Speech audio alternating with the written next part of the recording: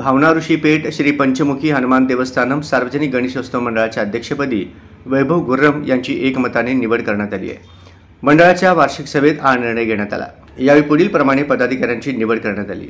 अध्यक्ष वैभव सत्यनारायण गुर्रम, उपाध्यक्ष रमेश अंबादास बोल्ली, प्रवीण श्रीनिवास परकीपंडला, सचिव श्रेयश राजकुमार गुजर, खजिनदार सहसचिव प्रवीण जयप्रकाश इप्पलपल्ली, खजिनदार श्रीनाथ अंबादास चिंताकिंदी, मिरवणूक प्रमुख रोहित श्रीनिवास इप्पलपल्ली, भालचंद्र पेंटप्पा मच्छा, पुंडलिक वेंकटेश गुर्रम, पूजा प्रमुख श्रीनिवास अंबादास गुर्रम, स्पर्धा प्रमुख वसंत प्रभाकर पेंडम, माधव श्रीकांत एमुल, सजावट प्रमुख पवन श्रीहरी बोम्मा याप्रमाणे होते।